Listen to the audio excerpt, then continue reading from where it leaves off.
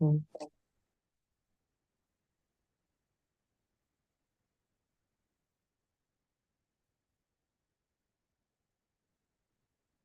Om.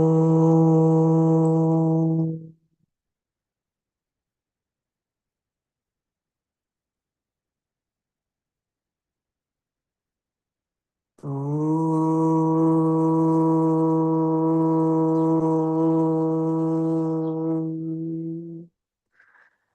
Om Sahana Vavatu Sahanau Bhunaktu Sahaviryamkaravavahai Tejasvinavadhitamastu ma vidvishavahai. Om Shanti Shanti Shanti. Narayanam Namaskritya Naram Chaiva Narottamam Devim Saraswati Vyasam Tato Jayamudirayet.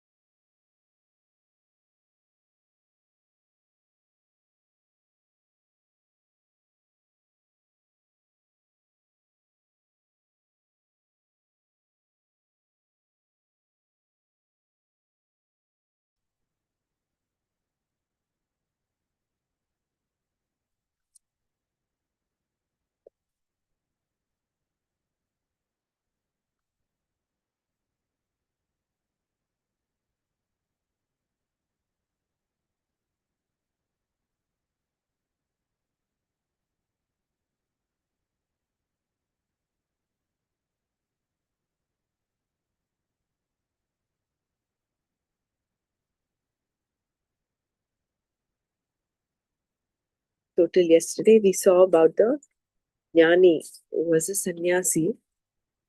Now Krishna returns to the other person, the one who is not a sannyasi in terms of lifestyle, but who is a Jnani. The Jnani who is engaged in activity, who has duties to do, because he or she does not happen to be a sannyasi, continues to play the roles. With each role, there is a script, and this person fulfills the script. In the next verse, Krishna describes what happens when this type of jnani performs action.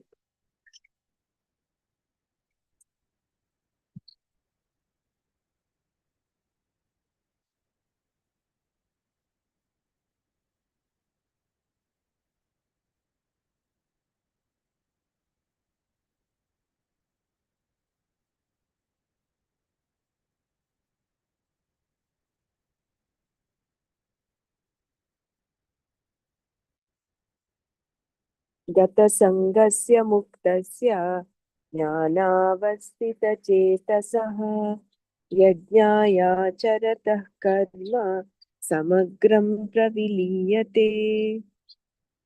Gata sangasya, of the one who is free from attachment, muktasya, of one who is liberated, jnana avastita chetasaha, of one whose mind is rooted in knowledge, yajnaya, for the sake of daily yajna, acharataha, of the one who performs, samagram, totally, karma, action, praviliyate, resolves.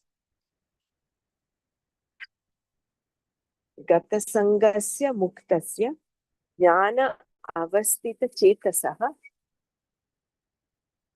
yajnaya acharatah karma yajnaya acharatah samagram karma praviliyate. Just one second. No,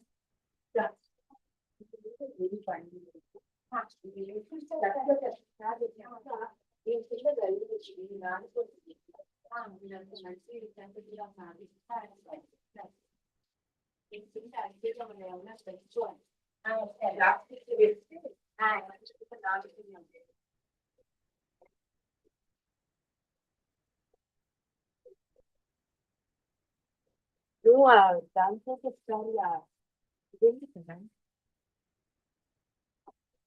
very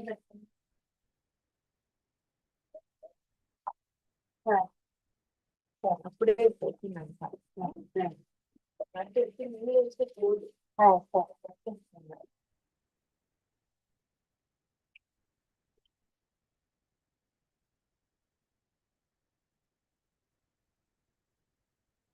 దీని మీద అంతా నీళ్ళు పడిపోయాయి అవి చూడవే అందుకే నువ్వు ఇలా దీంతో ఇంత పైకి వేయకూడదు కింద నుంచి Unmute.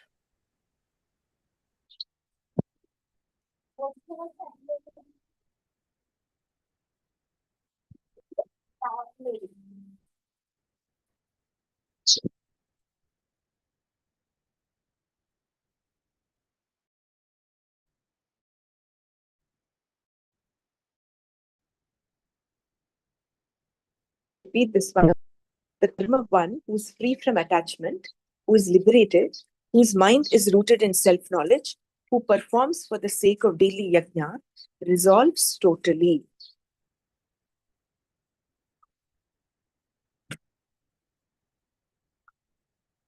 Although the jnani may be in the midst of various activities, he or she is not attached to anything. All attachment, sangha, has gone, gata, for the person because of self-knowledge. Thus, the jnani is described here as gata sangha.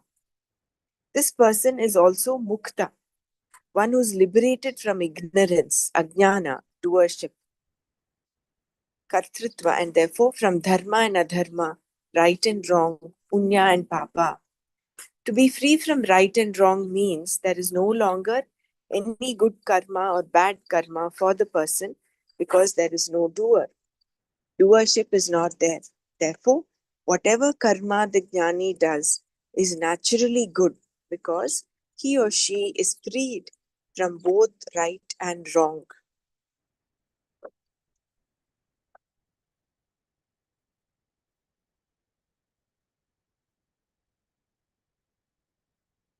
And why is the person free? Because the mind chetas of such a person is rooted in knowledge, jnane avastita. It is rooted in the sense that for this person, the knowledge is clear. There is no vagueness or doubt. It is much more than simple insight. The jnani's knowledge is well rooted and therefore he or she is described as jnana avastita chetas, one whose mind is rooted in knowledge of the self as a non-doer.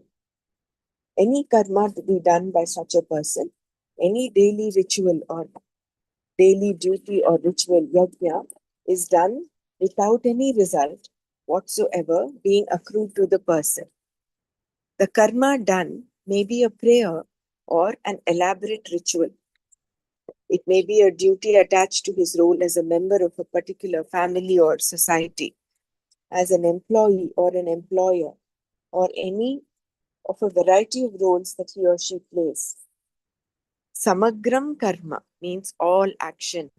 Action in its entirety, meaning action along with its result. All can also be taken to mean all karma. For the jnani, then, all karma and its results are resolved totally, praviliyate, because there is no doership for the person. It should be noted here that it is the jnani who is being described, not the karma yogi, for whom there is still doership. Thus, there are two levels involved. One level being an attitude, and the other being well ascertained knowledge. The cheerfulness that a karma yogi gains by a proper attitude towards what is to be done is what turns into purnatva. fullness by knowledge, thereby giving the person freedom from any sense of limitation. Because doership is removed by knowledge, everything else that was imposed upon Atma is also removed and the person is free. The connection between karma, yoga, and jnana is to be clearly understood. The Gita teaches both Yoga Shastra and Brahma Vidya. Karma Yoga is right attitude and includes values, disciplines, right living, prayer, and so on. Whatever is relatively gained by all these is gained in full measure, absolute measure, through knowledge. There is tranquility in yoga and tranquility in knowledge. There is cheerfulness in yoga and cheerfulness in knowledge. In karma yoga, the tranquility and cheerfulness are in varying degrees, whereas in jnana, they are abiding and natural. You will hear it said that a karma yogi also is not bound by karma. This means that he or she is not affected by karma phala in the sense that the person is not depressed by failure and elated by success because of a mature attitude towards these opposites. A jnani, on the other hand, is not touched by karma phala at all. To say that a jnani is not bound by karma means that he or she is completely untouched by karma phala because the self is not a doer. For such a person, everything is Brahman.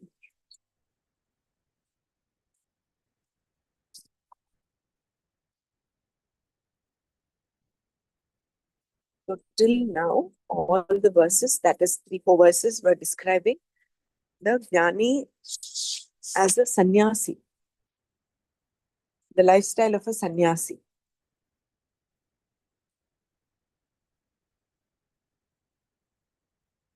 We'll actually get the Bhagavad Gita. Does anybody have the Bhagavad Gita with you?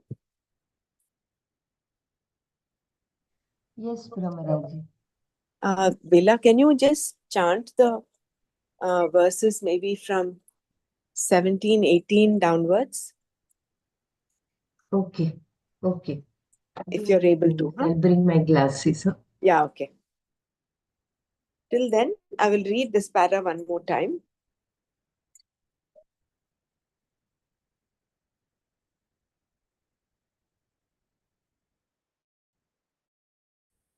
So this is what is being described in this verse. Gata sangasya muktasya jnana vastita chetasaha yajnaya charatah karma samagram praviliyate. So what is being described is a karma yogi who has attained knowledge. He's become a jnani through performing the lifestyle of a karma yogi. So even in him, although he is continuing to do whatever he's doing, because there is this jnana established, it will not affect him at all. The karma phala will not touch him. He's unattached. Hey, Gurudev Brahmaraji. Yeah, please go ahead. Yeah. From 17th onwards in... Yeah, I think around the 17th, if I remember right.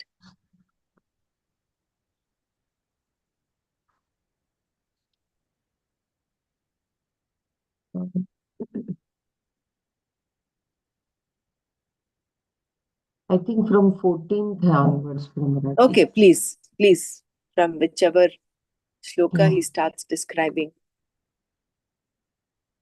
न मां कर्माणि लिम्पन्ति न मे कर्मफले स्पृहा इति मां योऽभिजानाति कर्मभिर्न सबध्यते. Actions do not taint me, nor have I any desire for the fruits of actions. He who knows me thus is not bound by his actions. एवं ज्ञात्वा कृतं कर्म पूर्वैरपि मुमुक्षुभिः कुरु कर्मैव तस्मात् त्वं पूर्वैः पूर्वतरं कृतम्. Having known this, the ancient seekers after freedom also performed action. Therefore, you too perform actions as did the ancients in the olden times. किं कर्मेति कवयोऽप्यत्र मोहिताः तत्ते कर्म तत्ते ते कर्म कर्म प्रवक्ष्यामि प्रवक्ष्यामि यज्ञात्वा मोक्ष्यसे शुभात्. What is action? What is inaction? As to this, even the wise are deluded. Therefore, I shall teach you action, the nature of action, and inaction, knowing which you shall be liberated from the evil of samsara, the will of birth and death. कर्मणो ह्यपि बोद्धव्यं च विकर्मणः अकर्मणश्च बोद्धव्यं गहना कर्मणो गतिः. For verily the true nature of a right action should be known, also that of forbidden or unlawful action and of inaction.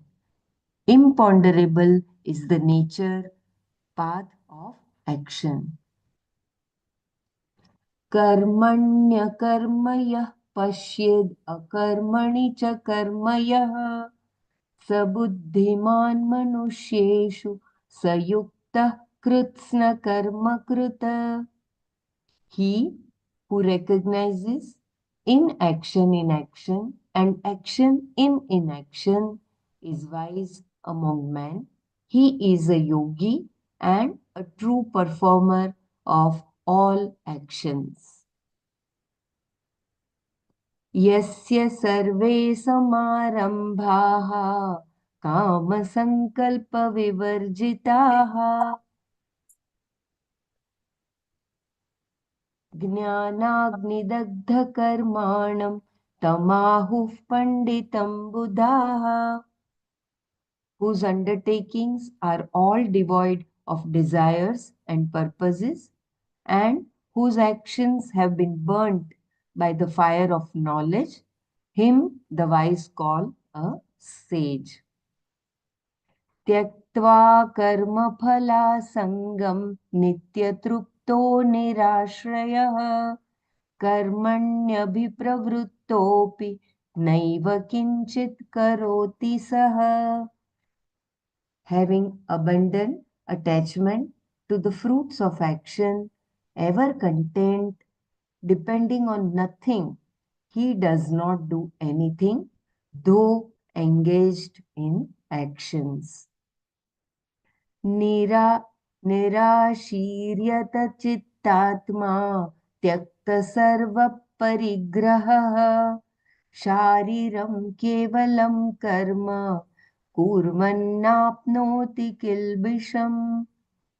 Without hope, desire, with the mind self-controlled, having abundant all sense of possessions, doing mere bodily action, he incurs no sin. I think we did till 21, right? Yeah, we did it till here. Yeah.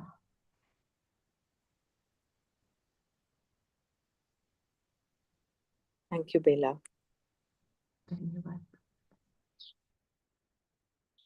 So till then, those last 3-4 verses were about the sannyasi. But now Krishna is talking about a jnani who has lived the lifestyle of a karma yogi. Because both ultimately lead to moksha. Lifestyles may be different, but the one common factor in both is jnana. You can be a sannyasi, a vividisha sannyasi, that is a sannyasi still in the making, and a karma yogi.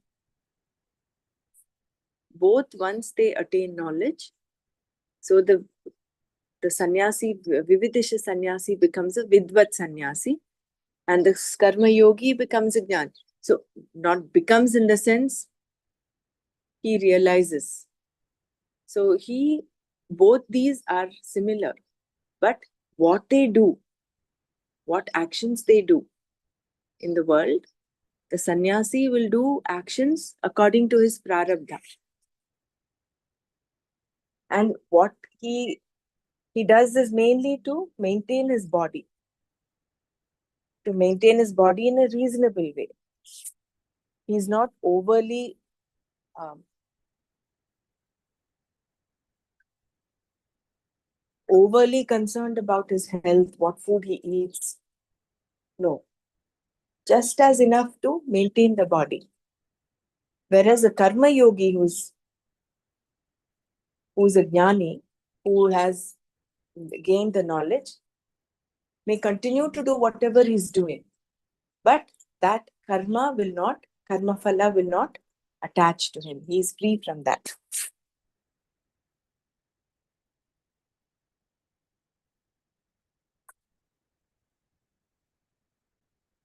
So therefore, any person, although the jnani may be in the midst of various activities, he or she is not attached to anything. All attachment sangha has gone gata for the person because of self-knowledge. Thus, the jnani is described here as gata sangha. This person is also mukta, one who is liberated from ignorance, ajnana, doership, kartritva, and therefore from dharma and dharma, right and wrong, punya and papa. To be free from right and wrong means there is no longer any good karma or bad karma for the person because there is no doer. Doership is not there. Therefore, whatever karma the jnani does is naturally good because he or she is freed from both right and wrong.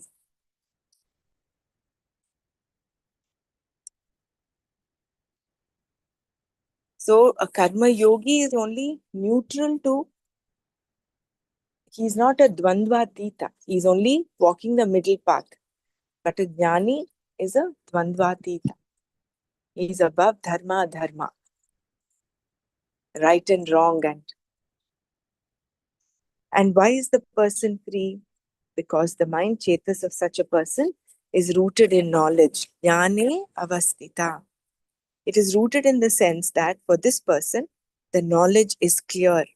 There is no vagueness or doubt. It is much more than simple insight. It is not just a concept. The jnani's knowledge is well rooted, and therefore he or she is described as jnana avastita chetas, one whose mind is rooted in knowledge of the self as a non-doer. Any karma to be done by such a person, any daily duty or ritual, yajna, is done without any result whatsoever being accrued to the person. The karma done may be a prayer or an elaborate ritual. It may be a duty attached to his role as a member of a particular family or society, as an employee or an employer, or any of a variety of roles that he or she plays.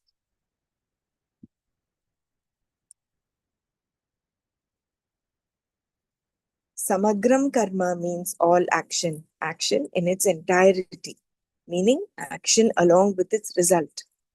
All can also be taken to mean all karma. For the jnani, then, all karma and its results are resolved totally. Praviliyate, because there is no doership for the person. It should be noted here that it is the jnani who is being described, not the karma yogi, for whom there is still doership. Thus, there are two levels involved. One level being an attitude, and the other being well ascertained knowledge. The cheerfulness that a karma yogi gains by a proper attitude towards what is to be done is what turns into purnatva, fullness, by knowledge, thereby giving the person freedom from any sense of limitation. Because doership is removed by knowledge, everything else that was imposed upon Atma is also removed and the person is free.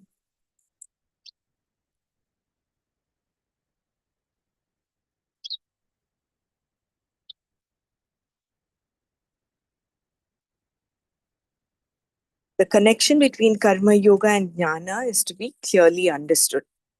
The Gita teaches both Yoga Shastra and Brahma Vidya.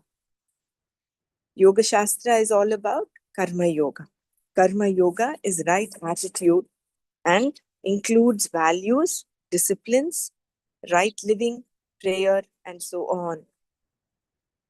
Whatever is relatively gained by all these is gained in full measure, absolute measure, through knowledge. So, relative Shuddhi and absolute Shuddhi. Relative Jnana, relative knowledge, and absolute knowledge. There is tranquility in yoga and tranquility in knowledge. There is cheerfulness in yoga and cheerfulness in knowledge. In Karma Yoga, the tranquility and cheerfulness are in varying degrees, whereas in Jnana, they are abiding and natural. So it becomes the very nature of the person, cheerfulness. Whereas for a Karma Yogi, it might still be varying, it might be transient. There's every possibility that one might. That's why it's called that Kshurasya Dhara. It's like walking on the razor edge of the sword. You might slip and fall anytime. So it's a matter of Karma Yogi's life is a matter of a disciplined life, having the proper attitude and being connected with the divine throughout.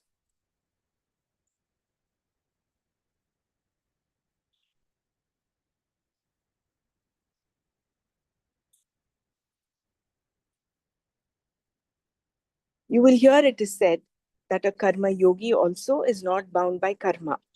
This means that he or she is not affected by karma phala in the sense that the person is not depressed by failure and elated by success because of a mature attitude towards these opposites. So his mind is in equilibrium, his mind is neutral. A jnani, on the other hand, is not touched by karma phala at all. To say that a jnani is not bound by karma means that he or she is completely untouched by karma phala, because the self is not a doer. For such a person, everything is Brahman.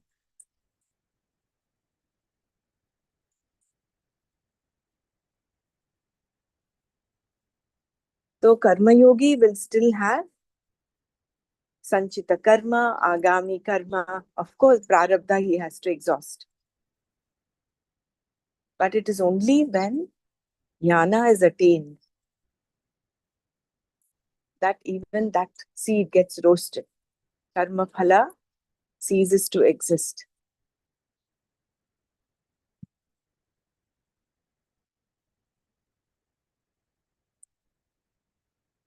Brahman and the self are identical. To understand that I am Akarta means I am Brahman. The mind is also Brahman.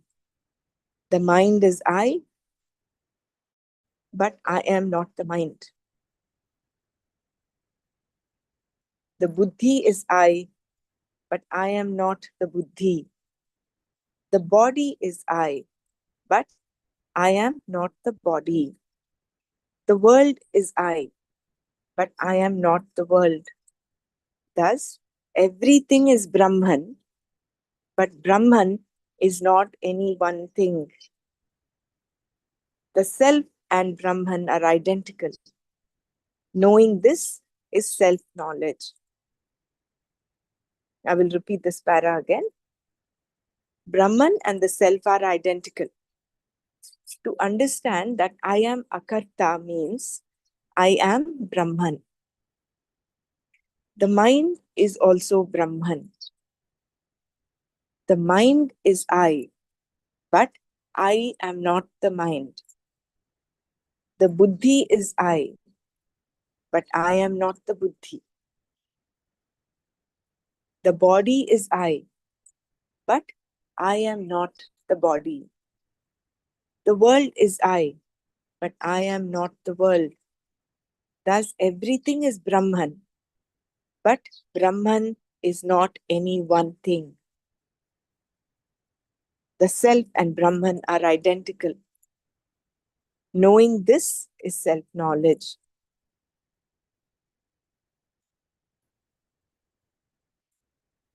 That Jiva and Brahma are identical. That is self-knowledge or Brahma Vidya.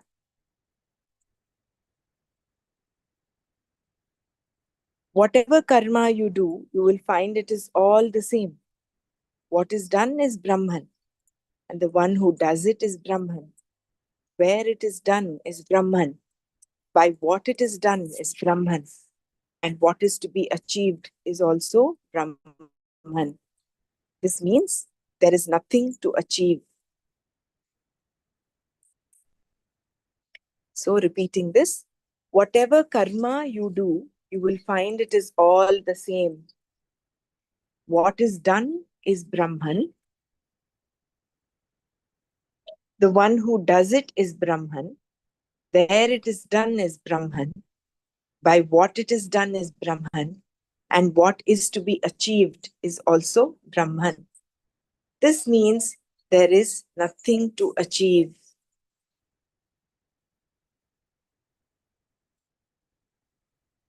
Very beautiful uh, understanding that everything is Brahman. But Brahman is not any one thing.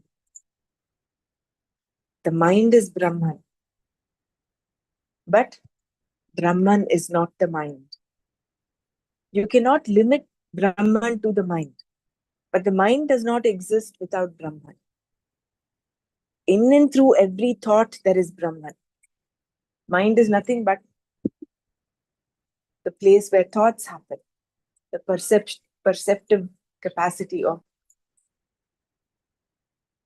the person. Similarly, buddhi, the judging capacity, discriminating capacity. Buddhi is I, but I am not the buddhi. Body is I, but I am not the body. The world is I am not the world. Similarly, and knowing that the self and Brahman are one and the same.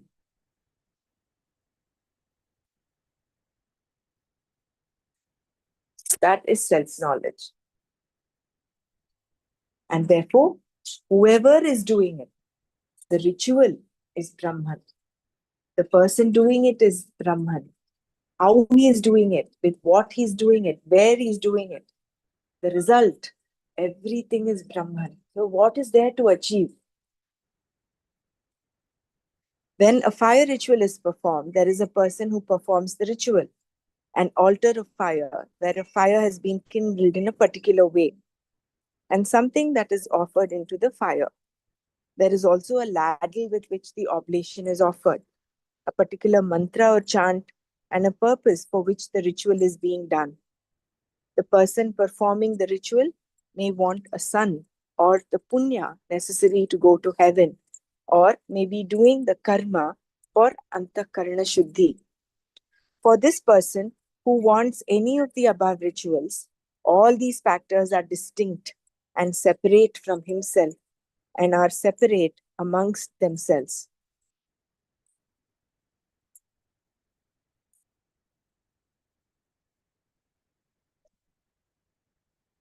But for a jnani, they are all nothing but Brahman, which is himself. The ritual performed by a jnani is described in the next verse. So, when a fire ritual is performed, there is a person who performs the ritual.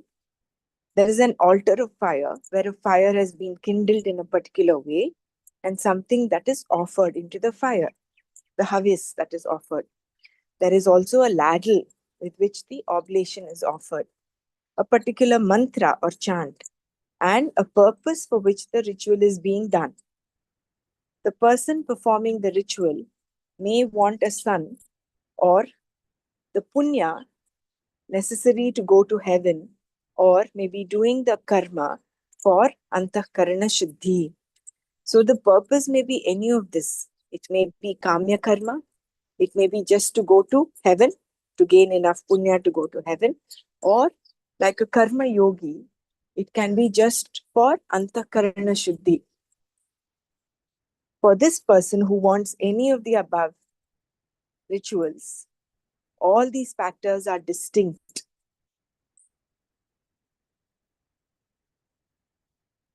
So the person performing it, the place where it is performed, the fire itself, sacrificial fire, the ladle with which the oblation is offered, the mantra, and the result, they're all distinct. For whom?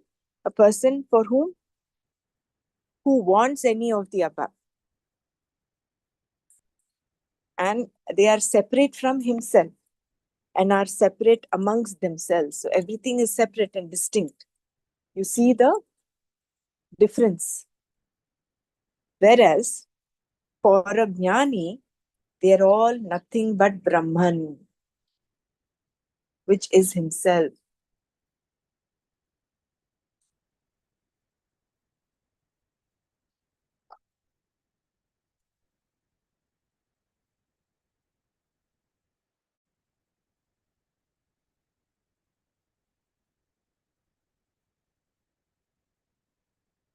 The ritual performed by a jnani is described in the next verse. Brahmarpanam Brahma Havihi Brahmagnau Brahmanahutam Brahmaiva tena gantavyam Brahma karma samadhina. Brahman, Arpanam is the means of offering. Brahman, Havihi is the oblation. Brahma Agnau in the fire, which is Brahman. Brahmana by Brahman. Hutam is offered. Brahma karma samadhina by the one who sees everything as Brahman. Tena by him. Brahman. Eva indeed. Gantavyam is to be reached. So, Brahma Arpanam, Brahma Havihi, Brahma Agnau, Brahmana Hutam, Brahma Karma Samadhina, Tena Brahma Eva Gantavyam.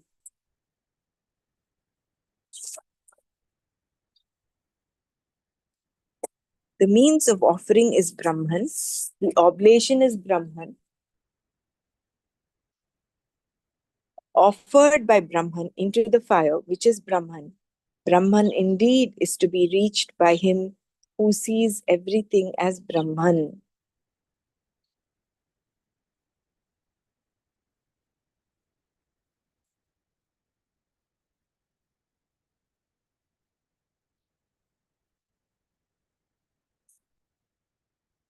In the preceding section, the nature of Atma was described as akarta, meaning that the self performs no action.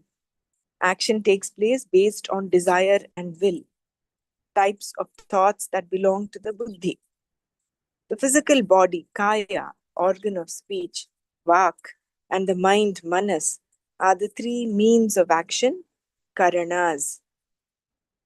Here, the physical body refers to the hands and legs, the limbs that are used to perform action. Any action that is done can be grouped under any or all these three. For example, when you offer a prayer, it can be either a mental or a verbal action or a ritual involving physical limbs. All three involve the mind. If Atma is the body, mind, sense assemblage, which is the basis for all actions to take place, then I become the actor. Whereas, if this assemblage is not Atma, then Atma is free from the body, mind, and senses. It is in the form of pure consciousness, Shuddha Chaitanya Swarupa, and performs no action whatsoever. Thus, it was said that even while performing action, the wise person does no action whatsoever because doership is not there for the person.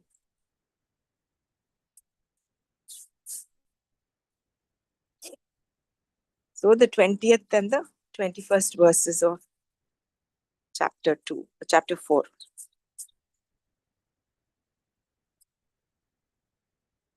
Because he's doing it with that akartritva. How active a jnani is means nothing.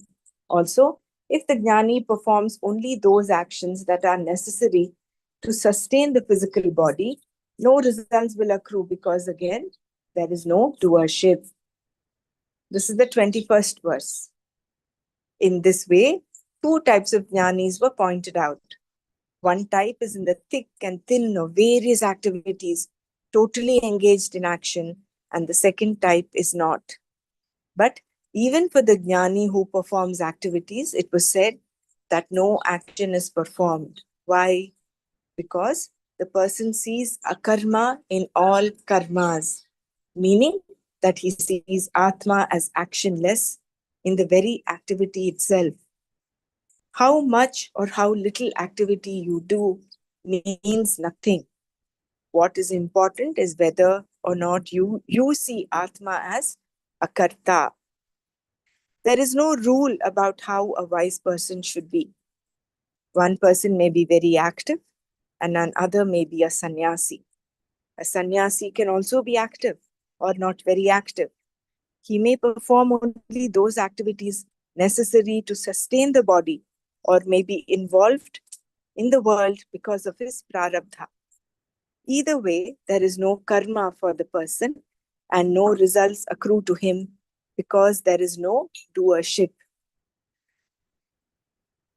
In the present verse, we see that for the wise person, all karma and everything connected to the karma is Brahman. In fact, this is what self-knowledge is all about. There is nothing separate from Atma, which is Brahman. This is the knowledge that makes the person wise. Atma is equated to Brahman. Brahman is jnana, pure consciousness, and therefore not subject to time, space, or any attributes. It is Satya, pure existence, and Ananta, limitless, which is the basis, the truth of everything. In terms of time, Atma is limitless, and in terms of space also, it is limitless. There is nothing that is independent of this Satya, Atma. Being dependent on Satya, which is Param Brahma, everything else is nothing but Param Brahma, which is Atma, oneself.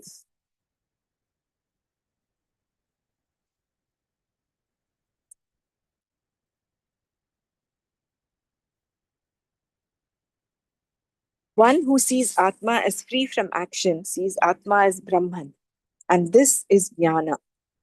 Therefore, we have to understand Atma as a non-doer, as Param Brahma. With this knowledge, all actions and everything connected to them, including the results, are nullified, negated. The statement made earlier, Karmani akarmayah pashet, was made clearer when it was said in the last verse that all the karmas of the wise person are totally resolved. Samagram karma praviliyate. To say that a wise person sees akarma in karma implies that there are actions being done. For example, speaking is an action done for which there is someone who speaks, a subject matter, a way of speaking, a reason for speaking, and so on. All of which the jnani understands as being non-separate from Brahman, non-separate from Param Brahma. The karta or the agent of action is Brahman. The karma or the object of action is Brahman. The karana or the instrument of action is Brahman. And the place where the action is done is Brahman. This vision that everything is Brahman is unfolded in the present verse by using a Vedic ritual as an example. Krishna is not pointing out the ritual itself here. He's pointing out the wisdom, the vision, that is Vedanta.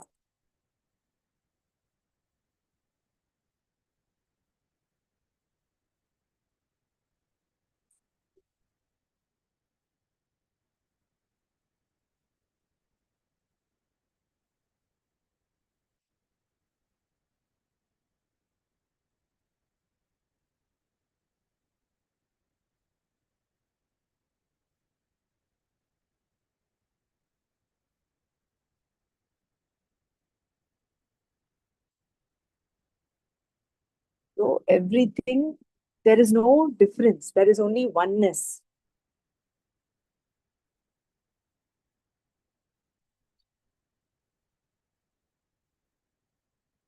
Therefore, although the jnani is doing karma, he does not see a distinction.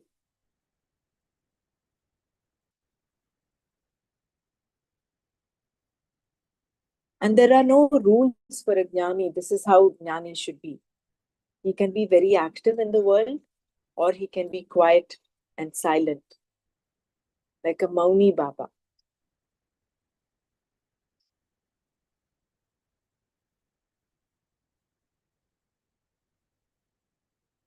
Krishna uses a Vedic ritual to unfold the knowledge. A Vedic ritual is as good as a prayer. It is an action in which a purpose and a result are involved. There is a person who wants a particular result, and there is a method of offering a particular oblation. All the karakas, all the factors involved in an action are presented in this verse. An agent of action, an object, a means, a purpose, a place from where the action is coming, and a place into which the action is going.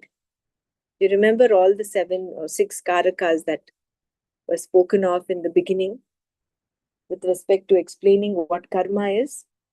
Any karma requires any of these 6 karakas. The person who's doing it, the object of the action, where he's doing it, from where, in which place, into which.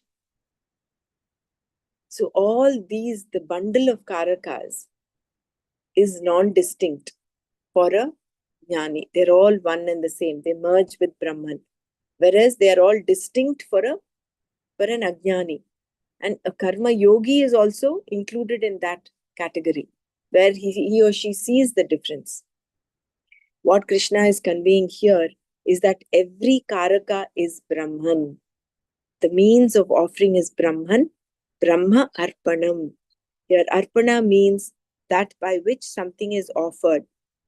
Arpayate anena iti arpanam. Anena, by means of this, arpayate, arpyate, is offered. Arpanam, the means, the instrument with which the oblation is offered into the fire during a ritual. And this could mean both the wooden ladle and the mantra with which the offering is made.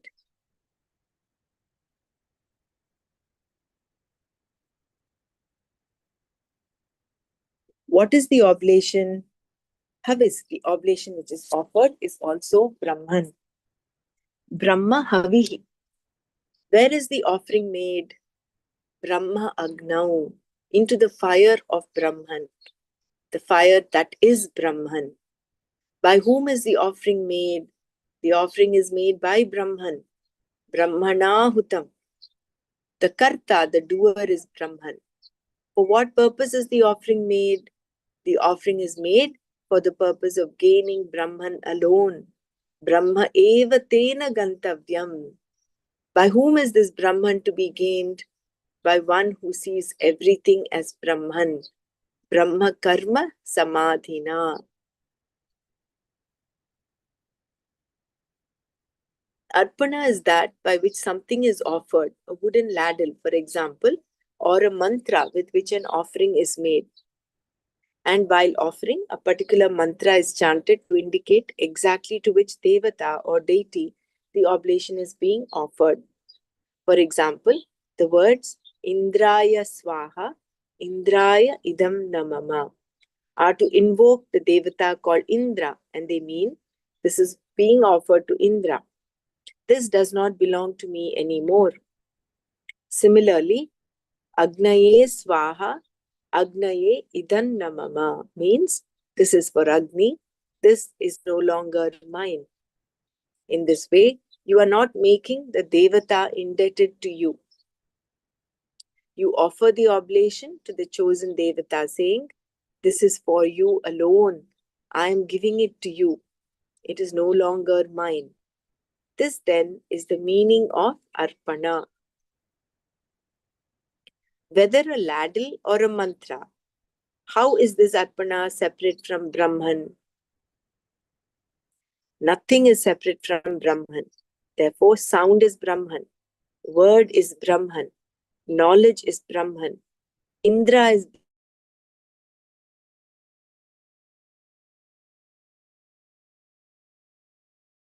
Buddhi.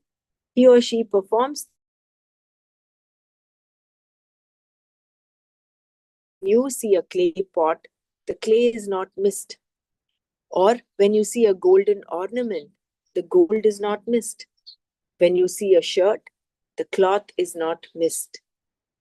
So when the wise person sees the Jagat and sees all of this, he sees Brahman.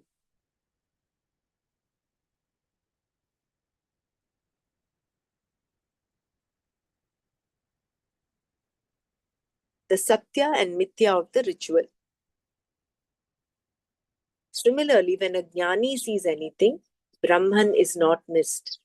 Brahman being the cause of everything. Brahman being the truth, the Satya of everything. Everything is dependent upon Satya Brahma and is therefore Mithya. This means that Arpana, the ladle, the mantra, and so on are all Mithya. Thus, Arpana is Brahman, Brahma Arpanam. The object offered is Havis, clarified butter, or anything, any other thing that is offered as the oblation. This is also Brahman, and it is offered by Brahman, Brahmanahutam.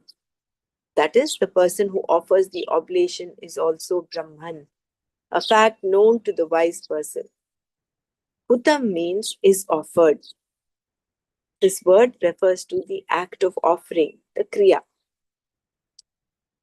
The oblation Havis is offered unto the fire, Agni, the location in which the act of offering takes place.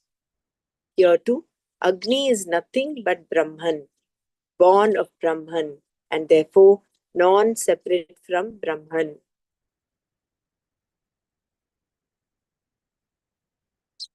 We see then that all the Karakas are covered here. The first Karaka, the Karta, the one who offers is Brahman. The second Karaka, the Karma or object is Brahman. The third Karaka, the Karana or instrument is Brahman. The purpose that takes the fourth case is Brahman.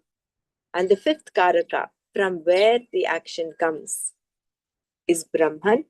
Because the sixth Karaka, the possessive or genitive case, generally does not relate to an action, it does not generally represent one of the six Karakas. The sixth Karaka, which takes the locative case, is also here in the verse. Here it is said, in the fire of Brahman, Brahma Agnau. Therefore, the fire into which the offering is made is also Brahman. There's actually a lot of repetition. We'll just go forward. Performing a ritual as a doer. If a person performs a ritual for the sake of heaven, he or she is a karta. Because I am a karta, I want to go to heaven, and this heaven is separate from me. Therefore, if I do this particular karma, the karma phala will be punya, and this punya I can later encash for a ticket to heaven. This is the meaning of a ritual if I am a karta. Whereas, if I know that I am Brahman, it is altogether different. Brahman is everything, including heaven. This being the case, what is it to be gained by the person of knowledge? Brahman alone is to be gained by the wise person. Brahmaiva tena gantavyam. This is to say that nothing is to be gained because the jnani is Brahman. Gantavya means that which is to be reached or that which is to be accomplished. Because the person is already Brahman, there is nothing to be gained. Everything being Brahman, there is nothing away from Brahman, and therefore nothing to be gained that is not Brahman.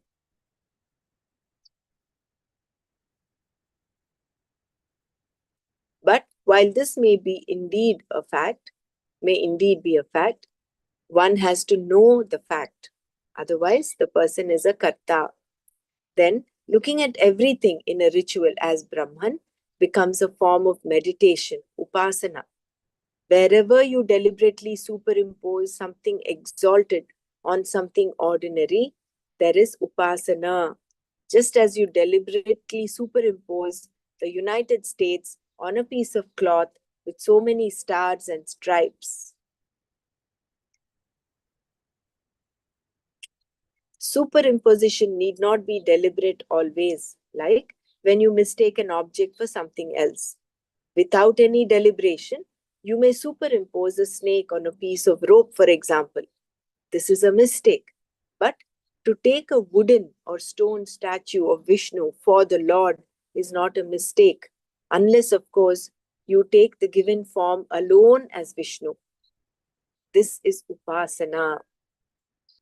So when you deliberately look at wherever you deliberately superimpose something exalted on something ordinary. So here, what are we doing? What is the jnani doing? He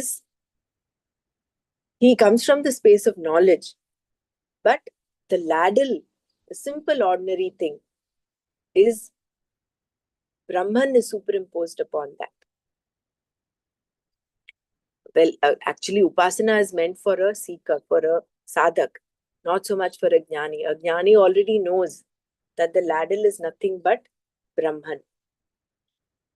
This upasana, they say Devi upasak and all. Upasana, it's the devotion. Upasana is deliberately superimposing something exalted, something higher, onto something that is ordinary. Upa means on, right? You're superimposing on. Upasana. So, like for example, there's a piece of cloth, but you deliberately superimpose United States. So that piece of cloth has stars and stripes, the flag, national flag of United States. So you superimpose that United States on that piece of cloth. Otherwise, it will just remain a piece of cloth. For you, the value increases for a person, whether it is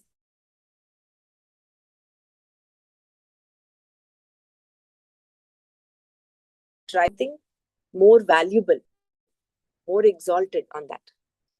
So superimposition need not be always deliberate. We've come up to time. So we'll stop here. Knowledge alone is involved here. So we'll do this tomorrow.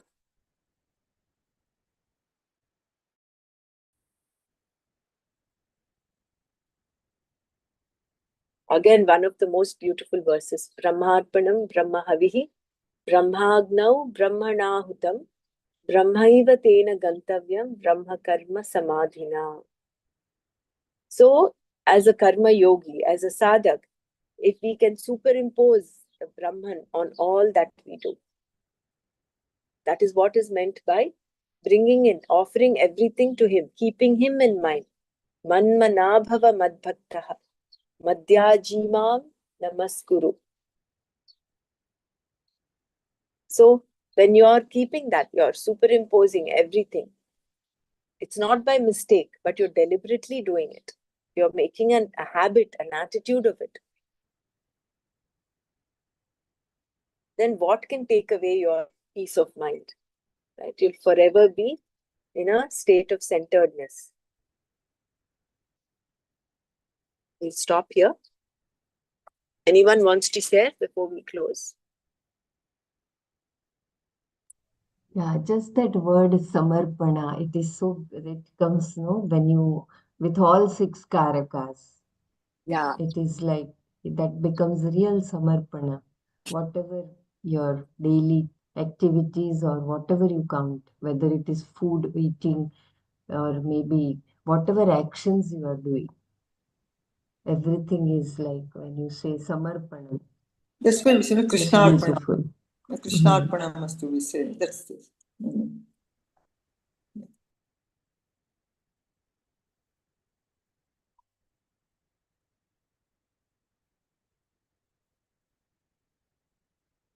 We'll stop here.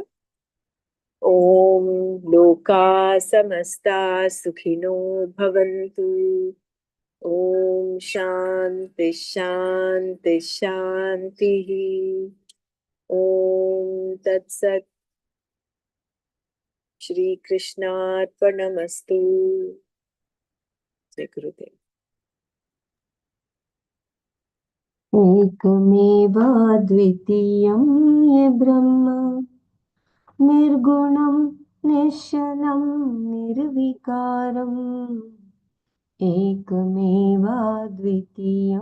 ये ब्रह्म अत्र वेदान्तमेव प्रमाणम् बोधक सद्गुरु तत्त्वनिष्ठः ईश्वरानुगृहीतेन वेद्यम् एकमेवाद्वितीयं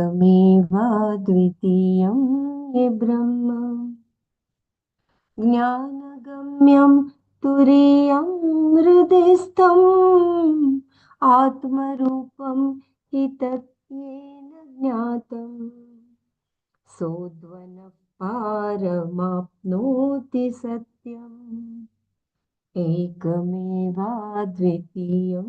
ये ब्रह्म ब्रह्मज्ञस्य तु ब्रह्मैव सत्यम् नास्ति मोहो भयं नैव दुःखम् तस्य स्वानन्दमग्नं हि चित्तम् एकमेवाद्वितीयं ये ब्रह्म निर्गुणं निश्चलं निर्विकारम् एकमेवाद्वितीयं ये ब्रह्म एकमेवाद्वितीयं ये ब्रह्म ब्रह्मैव सत्यम्